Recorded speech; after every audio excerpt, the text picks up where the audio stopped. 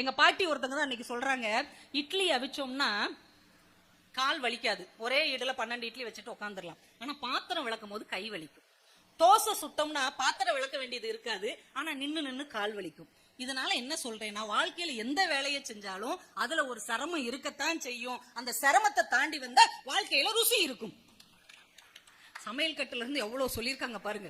இது தாங்காம பெரியார் சொன்னார், இப்படியே விட்டா இவங்க இதுலயே தத்துவம் சொல்லுவாங்கன்ட்டு தான், பெண்கள் முன்னேற வேண்டும் என்றால் அவர்கள் கையில் இருக்கிற கரண்டியை பிடுங்கிவிட்டு புத்தகத்தை கொடுங்கள், அவர்கள் முன்னேறி விடுவார்கள் என்று சொன்னார். நான் திருமணமாகி ஒரு 4-5 நாள் இருக்கும்போது பரபரப்பா கிச்சன்ல வேலை பார்த்துட்டு இருந்தேன். கையில ஒரு கரண்டியோட என் கணவர் வேகமா ஓடி வந்து கரண்டியை பிடிங்கிட்டு ஒரு புத்தகத்தை என் கையில கொடுத்தார். ரொம்ப புரட்சிகரமான புருஷனா இருப்பார் போல அப்படின்னு புத்தகத்தை பார்த்தா சுவையாக சமைப்பது எப்படின்னு எழுதியிருக்கு. எங்க போனாலும் நம்ம நிலைமை இப்படி இருந்தா நம்ம என்ன பண்றது? ஆனால் பெண்கள் வெறும் சமையலறைக்காக மட்டுமே படைக்கப்பட்டவர்கள் அல்ல, இந்த மண்ணின் மாண்பை காக்க பிறந்தவர்கள் அப்படின்னு எத்தனையோ பெண்கள் இன்றைக்கு நிரூபித்துக் கொண்டிருக்கிறார்கள்.